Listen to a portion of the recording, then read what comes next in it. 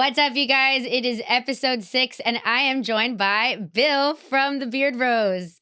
Hello. How's everybody doing? Yes, welcome to the Greens Pod, the best podcast in the industry. Sorry, not me. It just happens to be what it is. Well, I appreciate you having me on. Of course. We're going to kick things off with, you guys already know the deal, a little bong rip here. So the motas have been packed, good to go. Of course, I saved the 9 mil for you, Bill, because there it is right there. And so we are puffing on Ridgeline Farms. Shout out to them. This strain is called the Throbber. Okay, so shout out to them. Thank you for the green. Love Ridgeline. Hell yeah. I like them too. That they recently sponsored my girl Sabrina. Her aunt is at Who Let Me Be a Mom. She's an amazing canna mom. They were at her event, and I was like, okay, like if you guys are sponsoring her event, you guys are in. So shout out to Ridgeline and Greenspot and Bill.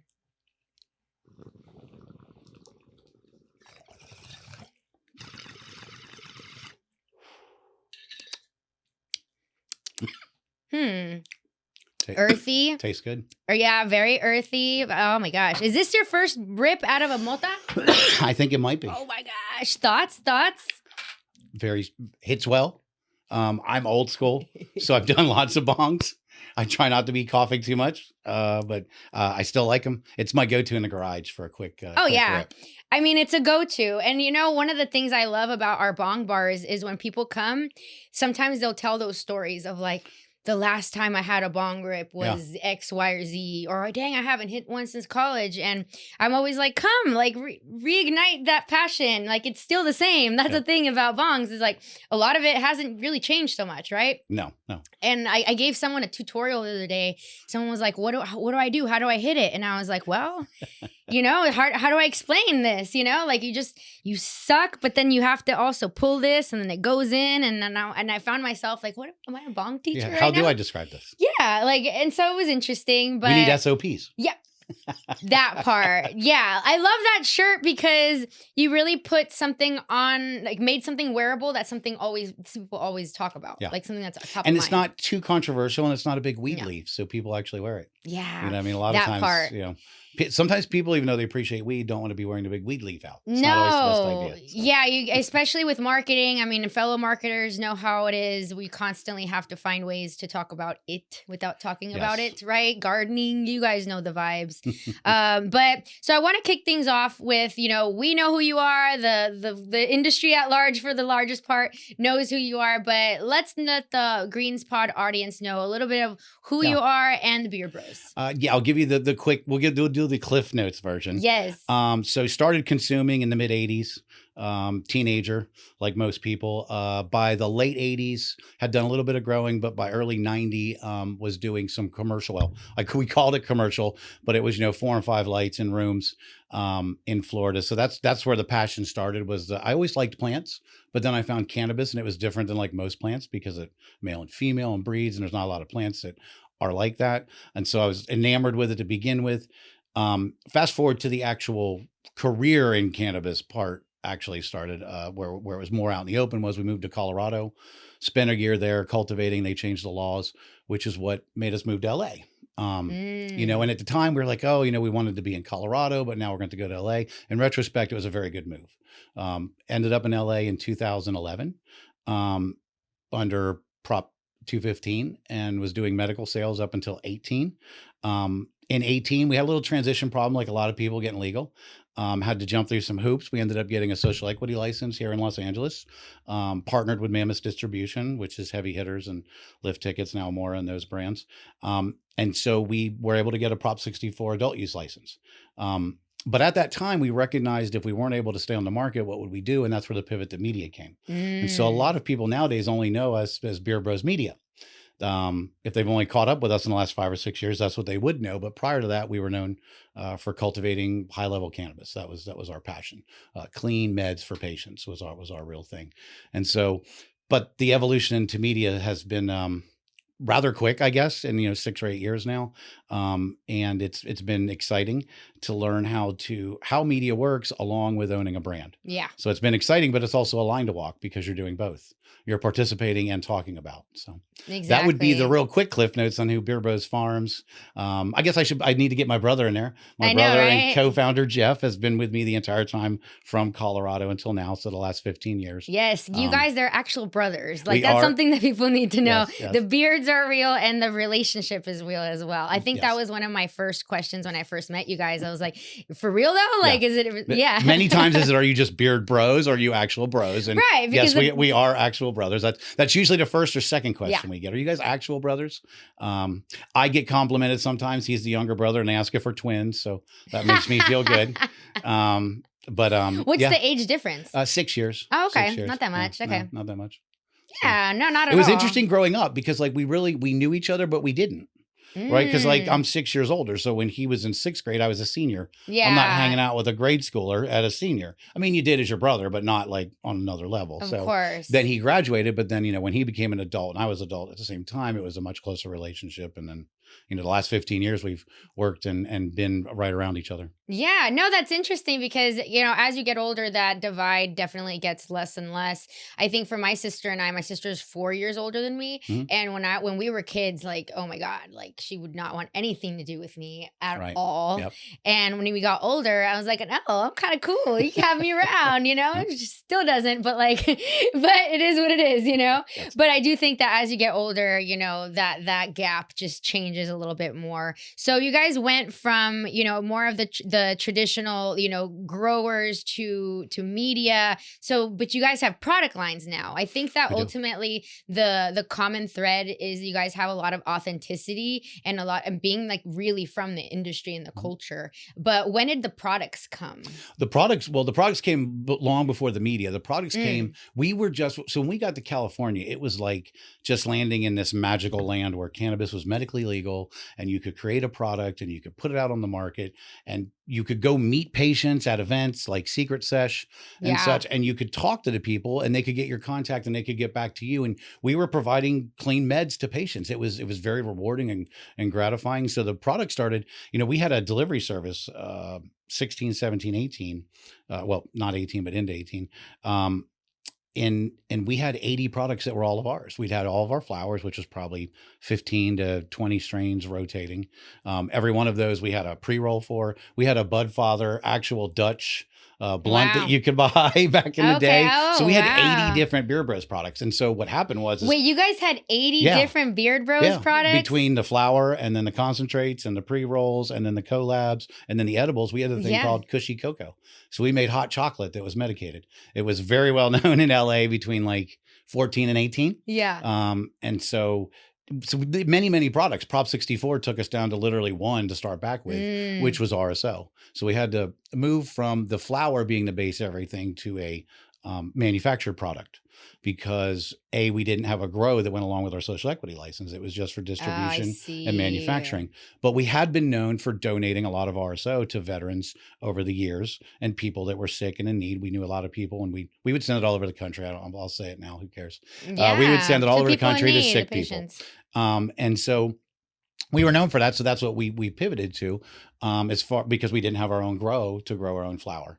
That's still the goal. We still want to have a Beer Bros grow somewhere and generate all the products literally from seed to sale. But you have to do what you have to do to survive. And we're a very small brand compared to what's out there now.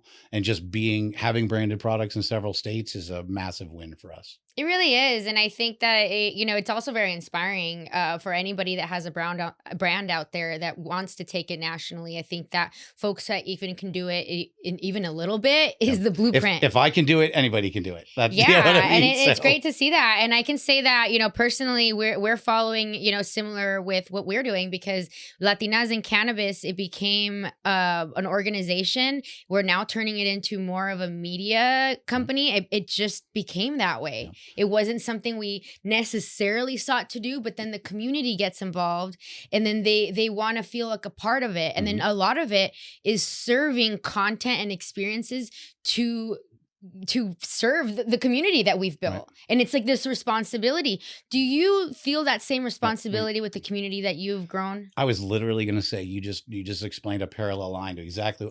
If you would have asked me in 2017, before I started the website and the weekly newsletter, if I would have anything to do with media, I was like, no, I grow pot. Mm. Like that's what I do. I grow really good pot, and I love to do it. There's pivots that had to happen, and you build things, and you realize that people appreciate what you've built, and then you feel an obligation to continue. And so, we had been putting out media, quote unquote, for a couple years before we started doing our own media, but it was really more of a, we would grab other headlines and stuff, and we would give our view on those headlines, whether they were right or wrong, and whether we agreed or not. Right. And that was really for a couple of years, and we started with that. And we then realized that being deleted and such on Instagram and other platforms, that we had to own it. We were renting social media platforms at that point because they could take them away at any time.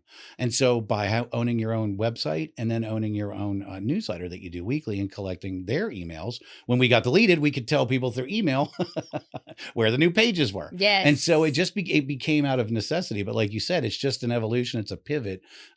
It's a way to find out. It's just a way because you're passionate, and you're going to find a way to your end goal no matter what. Yeah. And I think that, there are entrepreneurs that go to school. There are some that get their MBA, but ultimately everybody who is actually successful has that in common, is that you didn't stop when you had those obstacles. Yep. You're going to make it regardless. You're gonna find a way. You're gonna find a way. And I think having that grit, regardless of where you come from, is going to be the deciding factor. So I think that it's been great to kind of see, the folks out there with those brands that have been there since like the 2010s, 2013s. Yeah. Because you see that those brands, they didn't just keep doing the same things over and over again. You have to pivot. You have to adapt to survive. It's the name of the game, right? I was at the Catalyst Capo meeting this weekend, and I ran into the Cannabis brothers, Phil and Terrence. Wow. And they literally just got their flower back in the California market all these years. I think they might have been in early on at 18, but then had, like all of us, we had product out there too, but we had a licensing agreement, and then the people weren't cultivating it to the same standard as ours. And then we couldn't put it out in our name anymore. Shout out to the Cannabis brothers. Yeah. They have some of the best flower, some of the best buds. I first tried their flower, and must have been 2019, 2020 when I first tried their flower. And I was one of those things where you smoke it and you're just like, it's fire. The physical like feeling of just fire in your face. And they're the original East Side guys from here in LA. And so we used to set up next to them at Secret Sesh.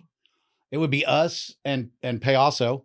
And they didn't really do Cannabis Brothers back then. It was Payaso and Payaso Phil was Cannabis Gardener. Yes. And then West Coast Cure.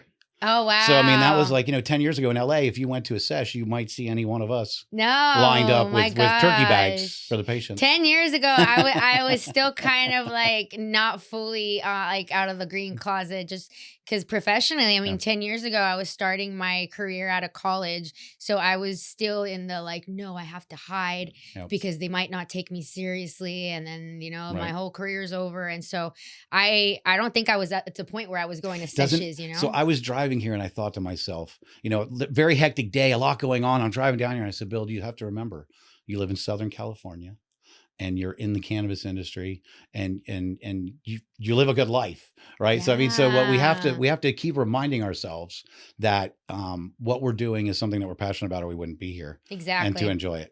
So. Yeah, I think moments of gratitude is definitely something that, you have to have, especially with the industry as volatile as this one. I think that there was a meme I came across on Instagram a while ago that really I reflect on because it fits really perfectly here. It was like, oh my gosh, I can't afford furniture. And then it was the same thing in a different way. I am so lucky that I have a home that I can't afford furniture. I have a roof. Yeah, I have a roof that I can't afford furniture for. Yes. And in the same way, because I was driving here, traffic was insane. I'm like, who are you people? Where are you going? Like anytime traffic is crazy, I'm like, where is everybody going? And so I'm driving here and same thoughts. I'm like, oh my God, I'm going to be late for this. And I'm like, I am so grateful that I have a podcast, that I'm having the colleagues that I respect on here to talk about the shit that we do. Yeah. every day to survive in this industry. And so I think that that's a really good exercise for all of us here. When you're sitting there commiserating and thinking about how stressed you are to work in this industry, remember that we're so lucky to be able to work in this industry. Absolutely. Right. And like, it's just remembering that. And I think with that note of gratitude, let's remember of how this year started, because this year definitely started not in the way that we all expected, especially just being here in LA. So let's touch base on January wildfires real quickly. You're in the Valley area. So how close were the fires to you? They were surrounding me, to be technical, at one point. And so the San Fernando Valley is north of Los Angeles and kind of north and east of Malibu. And so there was a fire that was up at the northern part of the valley. There was the Pasadena fire, which would have been to my east, directly east. The Malibu fire was essentially directly to my south. And then one broke out in between the valley and Thousand Oaks that was directly to my west. Oh my God. So at one point, the alert that everybody watched for weeks on end, I had a fire all around me, and people were very, very appropriately reaching out to make sure I was okay. And I had to explain to them, I'm in the middle of the valley. So while I am surrounded by fire and I can see all the different smoke plumes, like, it would take a lot to burn through to get to me. But at the same time, those winds were like, I'm going to tell you what, I remember the fire about 7 years ago. One went through like this, and it burned down through Malibu, and it didn't stop till it got to the ocean, but it didn't do the devastation that this most recent one did. But you can't even describe to people that have never lived here and been through the Santa Ana winds. Is that all right? There's two kinds. Santa Ana winds. You can't describe how impossible it is to actually stop a fire. Once a full house is engulfed and the wind is blowing like that, you just got to get out of the way. You do. You can't stop it. And so, but the personal tragedy, like, you could feel it. You could feel it in the air for weeks. Still feel it. Honestly, I drove down 210 and past Altadena and was, looking over at the charred hillside.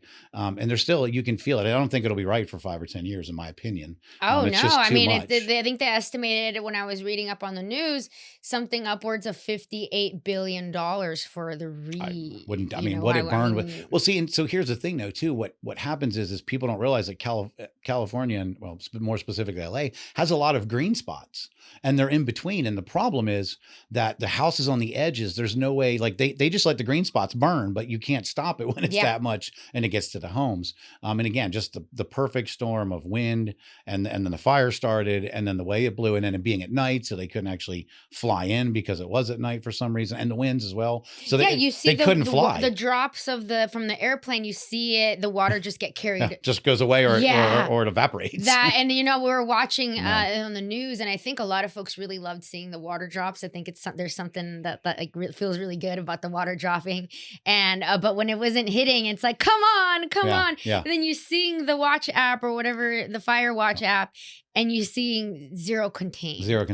1% contained for days. And it's like, what is going on? It was definitely something that, it brought out a lot of philanthropic sides from a lot of the LA community. A lot of folks came out. A lot of the LA cannabis community came out as well. Yeah. So if anyone is interested in seeing what California Cannabis did, check out Rochelle Gordon's article for Green State. She did a really cool, excellent really great rundown of just everybody doing things. There's still so many other people who weren't in the article doing great things. So shout out to everybody who came in together to do great work. And just goes to show that, we're going to be here for each other, LA community. And I think that it definitely set the tone of like, okay, guys, the year started and it doesn't stop from there. And I think that for a lot of cannabis folks, navigating the craziness of things, but I think conferences is one of those things that served as anchors because, no matter what, Benzinga is going to happen, right? Yep. Hall of Flowers is going to happen. The NECANs are going to happen.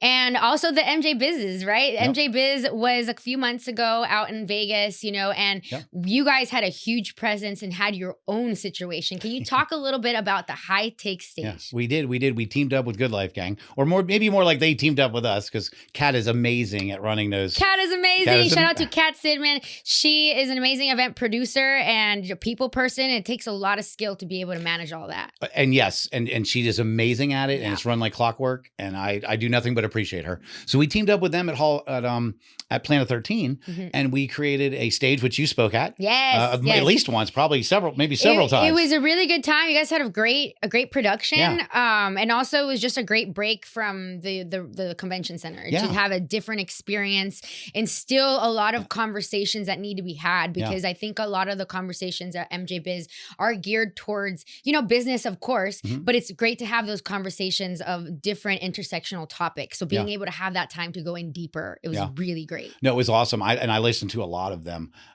Kat and Dustin had done that as Good Life Gang for several years, and we participated with them for years now. We did something like that at the Win before. It was funny. They weren't real happy when they figured out what we were doing at the Win, but it was fun. And so I did not expect for you to say the Win out of all the resorts. It was. I won't get into details on the air, but it was funny. The Win wasn't happy that there was cannabis podcast being done at a suite. Let's put it that way. But we endured through that. That was several years ago. But no, it's I always like that Cannabis Week. It's just an amazing time. You literally can't, for years we were the small guys, so we were just always like, people would ask, why do you go? And I go, I'm going to see what the bigger guys are doing. Right. I need to know what the next trends are. I never, I always just looked at it as intel or research, and I could learn things from what's going on. And so it's always been that. But you can't get that many cannabis industry people in one place in almost any other event. The Any Cans are great for East Coast. The Hall of Flowers are great with West Coast, but it's that Cannabis Week in Vegas, the MJ Biz anchored Cannabis Week that always gets, 30,000 cannabis people in one place. Great diversity. It's always great to just see folks that are like, hey, I'm here for this, It's become almost like your de facto high school or college reunion for the industry, because almost everybody, like, who doesn't want an excuse to go to Vegas? Yeah, that part, once a year. But I think the fact that it's the end of the year as well, right? Yeah. Like, I think having it be on December, where a lot of folks are burned out, they're tired, where maybe they are excited to go to Vegas and have plotting for the next year. Yeah, and then they're getting their sponsors. And so I think it's a really good time for them to do it as well. So I had a great time. I spoke I spoke every day for Cannabis Week. And I think by Friday, I'm looking at, there's a podcast of me on the last day. It was my last interview of the entire thing. And I see my energy level and I'm like, oh my God, like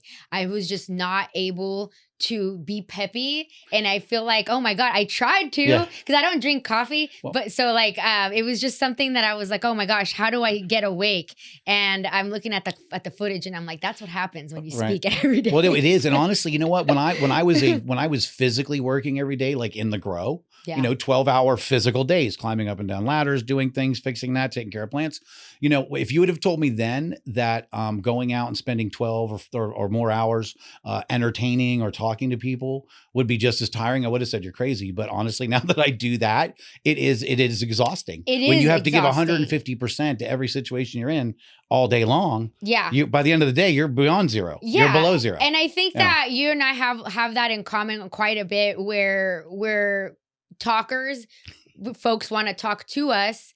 We're also bright we're happy to people. Oblige. We're happy to oblige, but it's kind of like, when does the battery die? And I think both of us kind of struggle with that, where we're just down and we're happy people. We're down to chat, but sometimes the battery runs out. So I think if you guys ever reach me and Bill and we're just kind of like a little dead, just know that the battery is dying. And it's not that we don't like you. It's that we have been talking sometimes for 3 to 4 days. Yes. Nonstop, right? Love it though. Love it. But it's exhausting. Love it. But like the battery, the battery. So yeah, MJ Biz, I think it has a special place in the conference world. And I think that it being in Vegas is a big part of it. And I think that, so I think in terms of the first big conference that all of us are super excited for is Benzinga, New Jersey. That's coming up, right? In a couple days. What are you doing to prepare? What do you guys got going on? Well, we're going in a day early. Our friend Randy Lanier has he's building out a cultivation and manufacturing in New Jersey. So we're going in Sunday night instead of Monday. The event's Tuesday. And so we're going to spend Monday with Randy. We're going to go look at his facility. Then Randy is actually speaking at Benzinga on Tuesday. So we'll spend the day again with Randy on Tuesday. I'm excited. I'm going to see you there. Rachel's going to be there. So it'll be a great time. I really like Benzinga. We've been telling people that, there's legacy and there's new, and there's nothing wrong with either one. But at some point, when we call this a business, you're going to have some business side to it. We question is, does it need to be 50-50? No, it doesn't. It could be 75-25 in one way or the other, legacy, culture, or business. Either any of those will work, but you're going to have some. Yeah. Right. You can't be just business and make it, and you can't be just legacy and make it, quite honestly, because there's just things you don't know, and you don't know what you don't know. It's not your fault. You just don't know it. And so that's kind of why we've always gone to MJ Biz, because we knew at some point, it's honestly why we started our name with the Pharms, with a PH. Yeah. Even back in 2013, when we named ourselves Beard Bros Pharms, we named it PH on purpose, kind of as a joke, but not really, because we knew they were going to take it medical and basically try to exploit it, so to speak, as a medical, right? Like we're talking about with Schedule 3 instead of descheduling. And so we just, everybody else was using F for Pharms, so we just called our Pharms. But it also goes back to the manufactured products that we intended on making, so that it wasn't always just about flour for us. It was about oils and stuff and RSO that heal people. So we threw the PH in there on purpose 12 years ago now. Wow, I didn't. So, yeah. I'm glad you clarified that a little bit as well, because I think somebody one time like messaged me about the Beard Bros, and it was like Beard Bros Pharms, and I was like, that doesn't look right. Something's off. Yeah, but with the F. But it's spelt right, but like it's something, and I couldn't put my finger on it, and I was like, it's Pharms. That's where it is. So we did it kind of as a play on words. Like it would made us different, but it was also, we understood that cannabis really is a medicine. Yeah. Right. In our country, for better or worse, pharmaceuticals are medicine. And so we just incorporated it there. We get asked that every now and then, but no, it's just very interesting the way all the events are moving along. And I mean, so I'm not going to be able to make it to this particular Benzingo, but we do have a representative. Shout out to Adris Torres. She is an Afro-Latina from New Jersey who's going to be representing Latinas in cannabis, which is so great. So anyone interested in going, be sure to use code Latinas20 to get a little discount from you guys. And also, like, I'm just really excited that we have a representative, because like, we can't always go to all the conferences. Like, I'm trying my best here. Yeah. I am going to Spannabis this year. So that's why I think just in terms of travel, like I need to get ready for Spannabis and then be able to go to NECANN after. And I'm like, I got to cut one of them off. So I had to cut this one off, because I know that there is a strong Latina community out in New Jersey. So we got Adris down there who's going to be holding it down. Make sure you connect with Adris. She's amazing Afro-Latina who's doing a lot in the space, specifically when it comes to infusions. Her and her family founded a company called Web Infusions, and they do a lot of like infusions. They've infused wine with cannabis and stuff like that. And so they're doing a lot of great things. And I'm like, okay, how do we keep the mission of Latinas in cannabis going, but not necessarily have me go there all the time? Because I think that, we have a big community. And one of the goals that I have for Latinas in cannabis this year is aligning with more Latinas in different states so we can continue on with the programming, And so you always want to shine the light on the people around you. Right. Yes. You always want to. I want to give a shout out to Elliot at Benzinga. He's just been an amazing person to us, to be perfectly honest. He welcomed us right in. He's always just been very down to earth. And like we said, we always recognize that there's going to be some business aspect to it. And he recognizes too that there's both parts to it. Yeah. And so we've had a great relationship with Elliot. He's been very gracious and included us in many things. Yeah. Elliot's been great. Shout out to Elliot and Patrick over from the Benzinga team. Other brothers as well. Yes. Right? More brothers. Oh, I love that. Yep. I love that cannabis is like that, where it's just families end up working together, and they've been super kind to us as well. I think that Elliot is really good about watching trends and being like, oh, we need to align. I think he early on saw the magic of Latinas in cannabis and the fact that we have such a tight knit community, and he's like, yeah, we need to tap into this. And so it's been great to have this inclusion at the end of the day, and to feel like we can put on the other girls that I know are in this industry that would really benefit from this conference. So I'm really excited for that. I'm looking forward to meeting her. Yeah, she's gonna be there, and so I'll make sure to connect. And we did a post so that everybody knows too, like that they can go to reach out to Adris and learn more about the Latinas in Cannabis Summit and all the programming that we do. I mean, we're on the up and up, so I can't even begin to share what we have up our sleeve this year, but even more. So that's something that I'm really excited for. And then later in March, we got Hall of Flowers, right? Yep. So Hall of Flowers, I've been to a handful of them. I mean, I've definitely lost count at this point because they have two, for the year. Do you know what number Hall of Flowers this is for you? Oh Lord, I've been to all of them. Oh, wow. How Yeah, many have you all had? so before they actually was a Hall of Flowers, Rama floated the idea by me of bringing the industry, bringing retail sales to brands. And I was like, that is amazing because as a small brand myself, how do I get these retails? I can't just drive around the state. You know, literally, my son was doing our distribution deliveries in 18, 19, and 20 for us. So Yeah. we didn't have sales reps, right? And so it was building from very small. And so I always thought it was an amazing idea. I think they started in 18 was the first one. They've Wow. done 2 a year except for COVID. So, 18, 7, 6, there's probably been 12 or more. So no, I'm always excited about Hall of Flowers. And they've been adding stuff to it lately. Up in Santa Rosa, they added a consumer day, and it was amazing. It was honestly the largest event I'd seen in Santa Rosa since COVID at the It was fairgrounds. popping. It Yeah, was really popping. You guys had the stage with Mita, which we was did. great. We Yeah. had we had Yes. some airtime there. Thank you for Yes. that. We And were. Yeah. it was really exciting to kind of see the energy. And I Yeah. did notice the difference. Yeah. I also saw that because they had a public day, it made the private day even more like buyer friendly. Like Yeah. folks were making deals. Yeah. Oh yeah. And ultimately, Well, as people who like to make sales and are in it for sales, like that's always the gauge of like, mean, is it you deal friendly? if you're in California cannabis and you need to meet either brands or buyers, there is no other event with that number at it. There just isn't. There No. just isn't. That's the event. No, Santa Rosa in the fall and now Ventura in the spring, and that's the biggest congregation of brands and buyers in And California. buyers. Yeah. And that's one Yeah, thing. it's If huge. you know the buyers, sometimes they don't get out of their office, their circle, wherever they work. And to be able to make that sale, like you Right. have to be there. If there's 1,000 buyers there, how long would it take you to go to 1,000 shops? Yeah. Right. So I mean, the potential is massive. The potential is Oh. massive. I think the big thing is making sure you're prepared. And that's for every conference. I think at every conference, you always see the naysayer.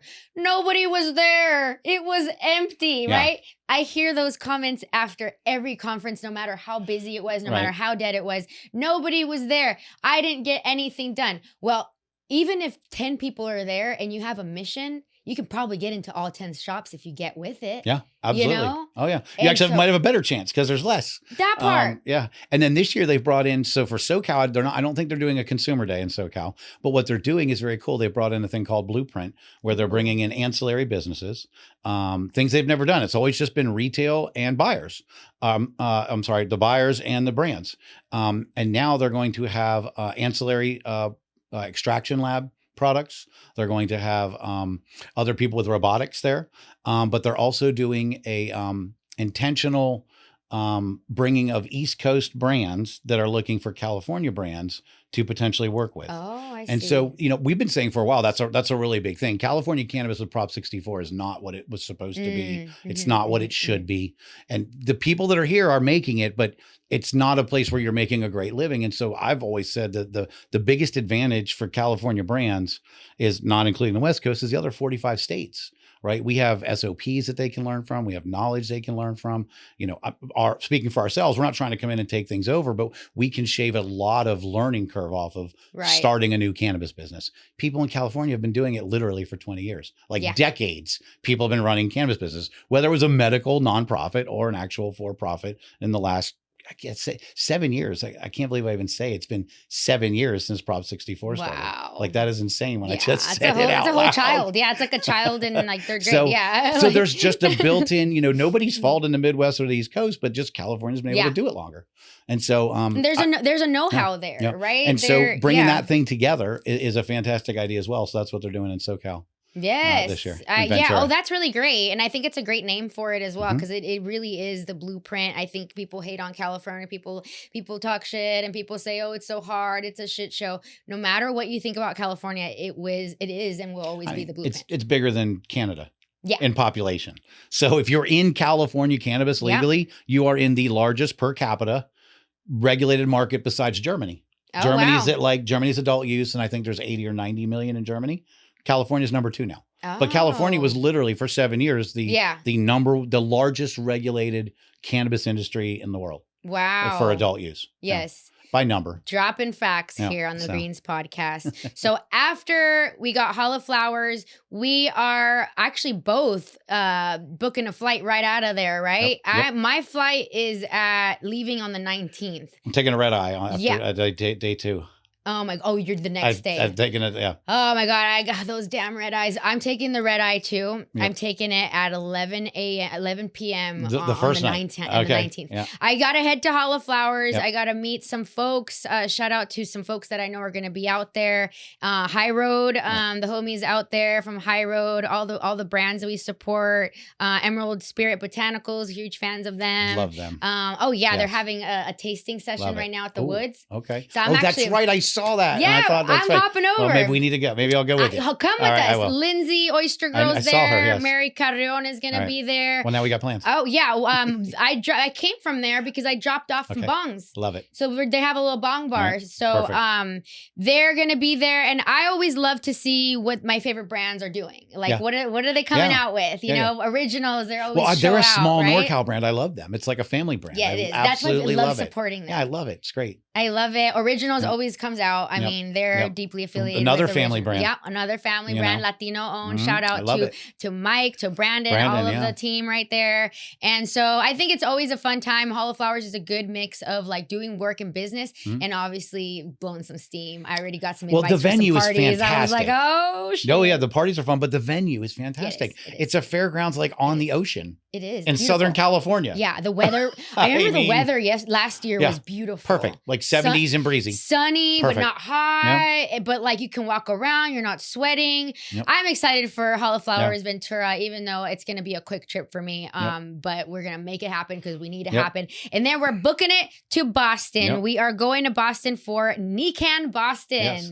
So tell me what you got going on for that. We're working again with Good Life Gang. And we also were gracious enough to talk with Mark, and we're going to be Good Life Gang and Beer Bros and Weird Brains will be taking over the main stage. He was gracious enough to do that with us, and I highly appreciate that. We started talking with Mark last year, and we did a media agreement with him because because we're West Coast guys, even though we're from the East Coast, we had seen the event but hadn't been involved. And so last year we got more involved with events, and we're lucky enough to meet Mark. He's been great to us at the events. And so we've done media coverage with them. This year we're going to have a little bit bigger presence with them, booths and such as well, which we did as well. And so I'm just really looking forward to it. We did not go to NECAN Boston last year, but Good Life Gang with Dustin and Kat and Kate with I just totally mind blanked on her company name. I'm so sorry. Kate threw a party last year. We're going to do it again this year. Oh, awesome. Yep. And we've got a special treat for the Greens Pod viewers. We have Mark Shepard, the founder of NECAN Boston, here joining us. Welcome. Thank you guys so much for having me. Great to see you, Bill, Susie. Thank you so much. Of course. I was going to say, excellent. We appreciate you joining us, Mark. We know it's late East Coast. So we highly appreciate you. Yeah. I mean, it's past my bedtime, but what are you going to do, right?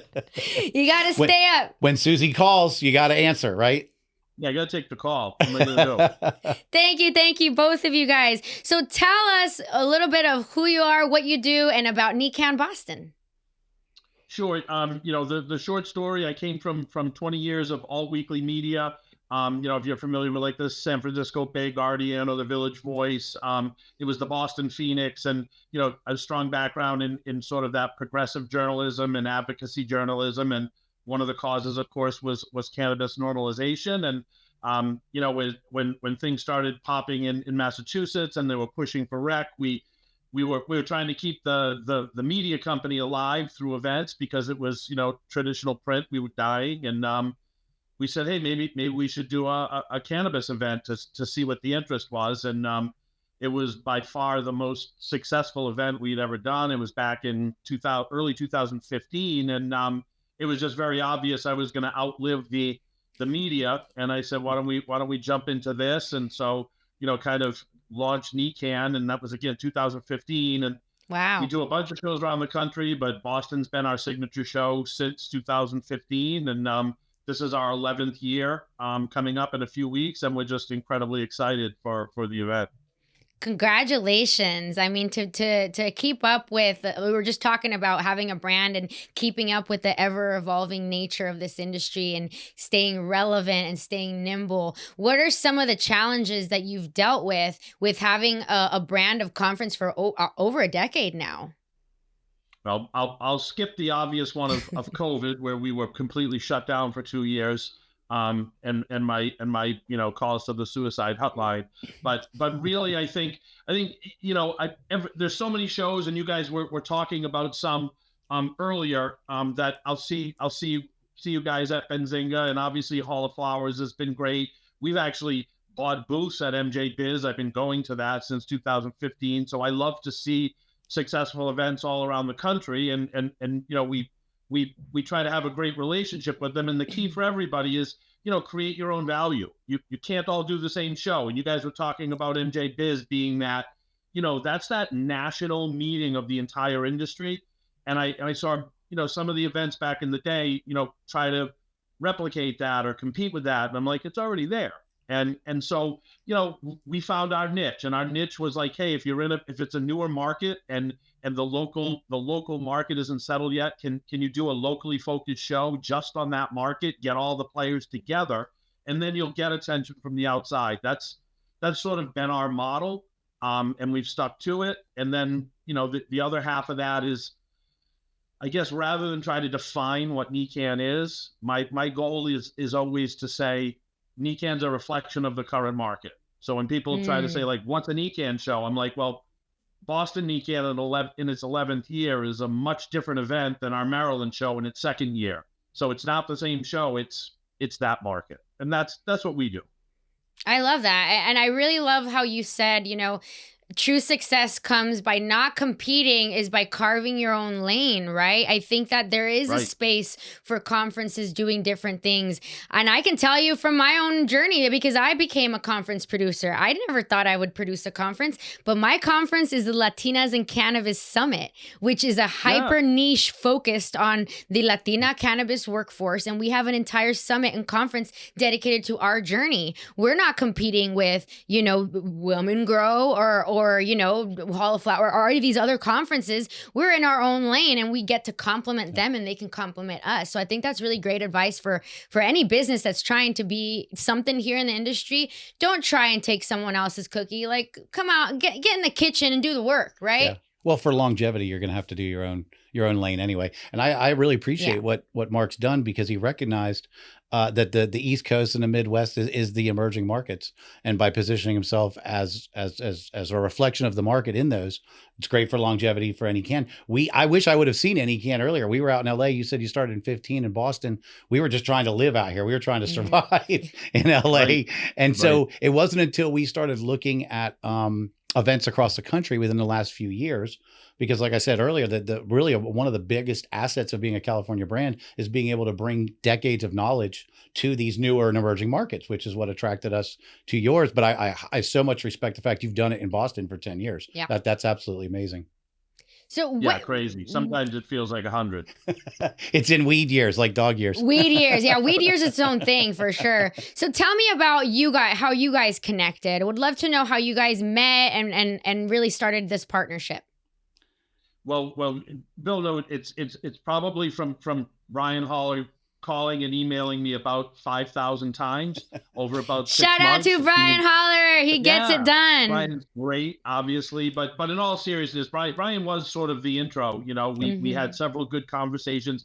I obviously was familiar with the Beer Bros brand, but I was going to look at what they were doing for so long wasn't really relevant to the East Coast, and then when they were ready to start spreading and launching their brand, it just made perfect sense. And as we had those initial conversations, with Brian, I was just like, yeah, there's definitely a relationship here. And then, we met face to face and we've just talked, and it's just been one of those things of like, hey, we both have assets, we both have goals. Where do they intersect, and how can we work together? And it's, it's a simple formula, and it's worked great. Well, and that's an awesome way to put it. That's what we all have to do, honestly, to make it through this. We're trying to survive in a business that was illegal, then partially legal, still not completely legal, and they want to take it from us, right? Like that's what we're all doing right now. Everybody that's going to listen to this podcast, have any interest in cannabis industry, we're all just fighting to have a piece of the pie that we are passionate about, or we wouldn't be here. right? We wouldn't go through all this if there wasn't a passion to it. So. Right. Yeah, we were talking about what fuels you, literally, because it really, if it's just money, if it's just whatever dumb C-list weed fame, the only thing you'd be guaranteed is to lose money. Yeah, that part. And so you got to be serving a bigger purpose here, and I think we are. And so I'm really grateful to be a part of NECAN Boston for many different reasons, but one of them is, we're going to be doing a big jump this time with introducing the community to Latinas in Psychedelics. So Latinas in Psychedelics is our sister org for Latinas in Cannabis. So Latinas in Cannabis, I founded it in 2020 to support the Latina workforce of this industry, which is a huge percentage of it. But then quickly I saw so many Latinas doing amazing work in the psychedelic space. And I'm like, here we go. Same thing. I want to empower them. I want to make sure that they have resources. So I started Latinas in Psychedelics quickly after, but I didn't have honestly the time to be able to really dedicate to it. So I focused more on building the Latinas in Cannabis brand. And then we did our summit there. But Latinas in Psychedelics has continued to grow here and there. A lot of it because I lean on people like Mary Carreon from Double Blind Magazine and Amorinda Martinez from Chicago, who is a psychedelics integration facilitator.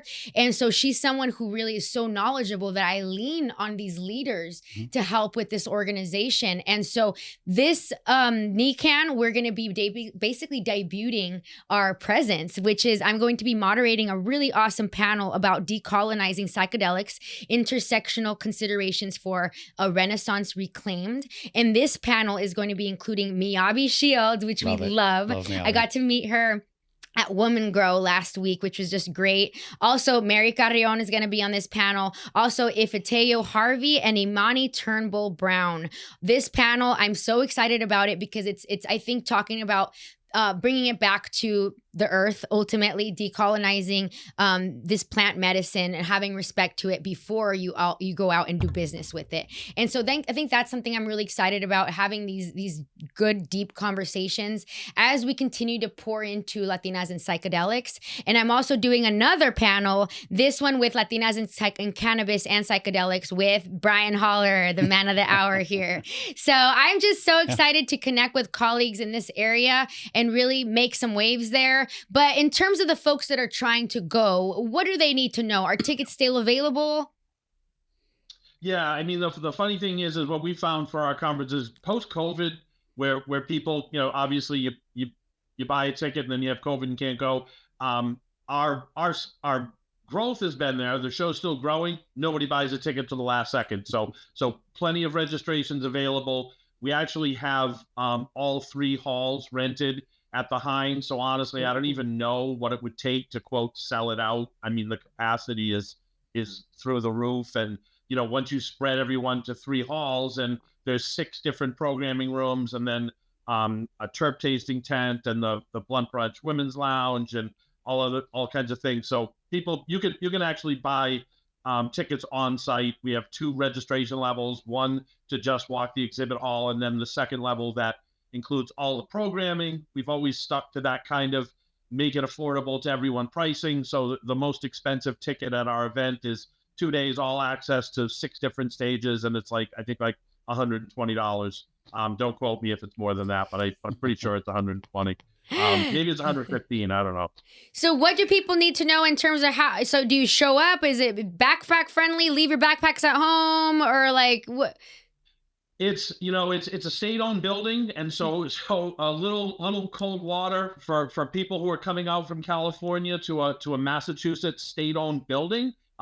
Going to be a little bit of a shock in the Cradle of Liberty as you walk through the metal detectors and they go through your bags and all that business. But in all seriousness, yes, it is backpack friendly. There is one crazy asterisk to it in that, technically, by the rules of the Heinz, literally cannabis isn't allowed in the building. So technically, if I'd walked in, I'd buy a joint across the street. I'm not supposed to bring it in. Obviously, there's really no enforcement of that. Nobody really cares. But definitely come early if you want to get there all day. It's incredibly crowded. the hour before the show opens, right up until about 11:30. If you stroll in around 11:30, you're fine. But if you get there early, pre-register, I guess, is the thing. Don't buy on site, because you're going to wait in line for 20 minutes to a half an hour when you get there. Oh yeah, nobody wants to wait. Buy them online and we'll meet you there. What are you what both of you guys, a question for you both. What are you most excited for?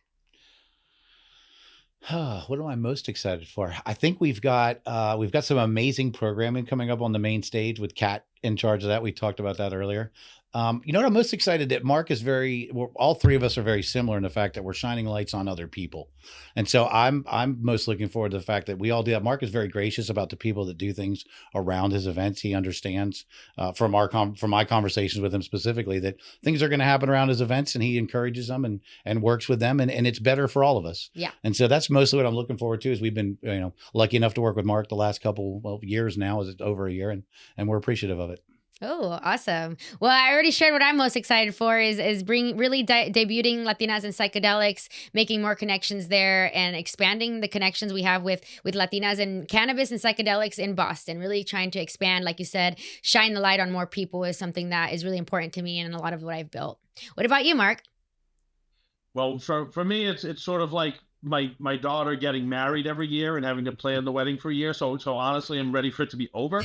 But like it's just like I won't even remember it while it's happening. But there are some really great things happening. Like you talked about the psychedelics. This is actually the first year we rented an extra large programming room. We're doing a full track both days just on psychedelics.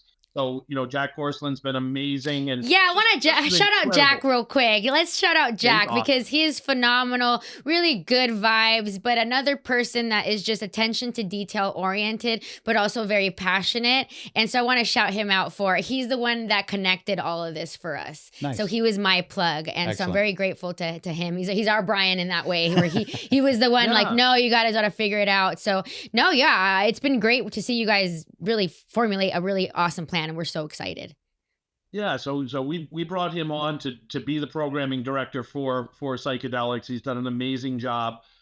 We struggled the last couple of years to really make something effective for. We've had a women's lounge for the last 3 or 4 years, that kind of space for people to get kind of like get out of the rat race a little bit. And it's kind of just been a room the last couple of years, but we connected with another great group of people. Adelia and her partners at Blunt Brunch. Shout out to Adelia. Yes, that man, and they're taking over the women's lounge for both days. They've got their own set of programming in there and networking stuff and speed dating. And they do, obviously, you guys know, they do an amazing job. So having them there for both days is just really, really awesome. And then you guys probably, some of you, I don't think you would know, but we call him the old man of the mountain here. Charles, he lives up in Vermont, and he has a really, really great terpene tasting tent that we're going to set up near the Good Life Gang and Weird Brain stage. So that programming stage will have a terp tent next to it. And then the final thing, we're in our 6th year, and I just got the final count. We had over 400 entries for the 6th annual NECAN Cup, which is both licensed and home grow. So there's separate categories for both. So we have a huge award ceremony on Saturday that attracts, probably close to 1,000 cultivators and fans to watch the award show. Kind of in the afternoon of the second day of the convention, that kind of creates its own event within an event. So and then all the side events that I'll talk about how great they are, and I'll sleep through all of them because I'll be tired. But great lineup of side events coming around by just tremendous people from all over the country. Wow, we cannot wait. Where can people follow up with you, find you, connect with you? Is there any kind of drops you need? Yeah, I mean, NECAN.com is kind of the place to go. You can get information about the NECAN Cup there. My contact info is there. My phone number and email address is there. NECAN's been built over the last 10 or 11 years from people with ideas and talents and passion reaching out to us and pitching us ideas. I say no a lot, but pretty much everything that's at NECAN was somebody else's idea or somebody else's passion or somebody else's dream. And we've been able to connect with so many talented people and work together, and we just count on people reaching out to us. Wow, beautiful. Yeah. Thank you so much for your work and thank you for joining us. Bill, where can we follow you? Where can we find your products? Where can we connect? Well, that'll be a long list. So beerbrosfarms.com as well as is the hub of it all. Products are available through our partner Mammoth Distribution in California, all throughout California, through our partners in Massachusetts, which is United Cultivation, which will be joining us at NECAN as well. They run retails and they have a grow and they have manufacturing in Massachusetts. They've been fantastic partners. We're looking forward to seeing them as well not next week, but next month. Yes. And so on Instagram is where we started out at. We came before the website and the newsletter, but we have a newsletter called the Friday Sesh. You can go to our website, you can get signed up for that. That'll give you a weekly recap of all the news we've put out, some of our own personal ideas, events, where to find our products is on there as well. And all the usual. It's a Facebook. LinkedIn's been huge for us the last couple of years. Yeah, it actually has. It pops. It's been fantastic for business. Like you literally do business on LinkedIn.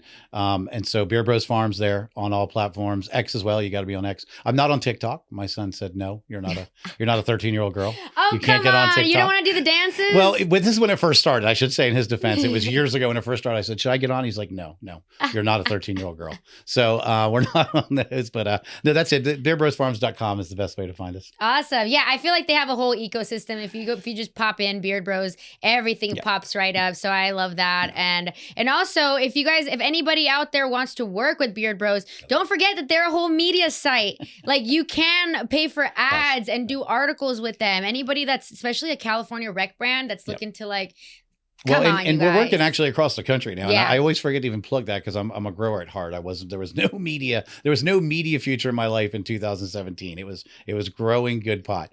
But yes, we have a full suite now and it's something that we've developed just authentically over the years. And then more recently realized we've got such a platform that we can monetize it. So it's been a blessing. Brian Holler would be your contact for anything media wise. We do everything from email blast to create content to programmatic ads and retail market networks now. Yes, we're on it. Thank you guys for watching episode 6 of the Greens Podcast. Signing off. Thanks, guys. Bye, guys. Thanks so much. Bye, Mark.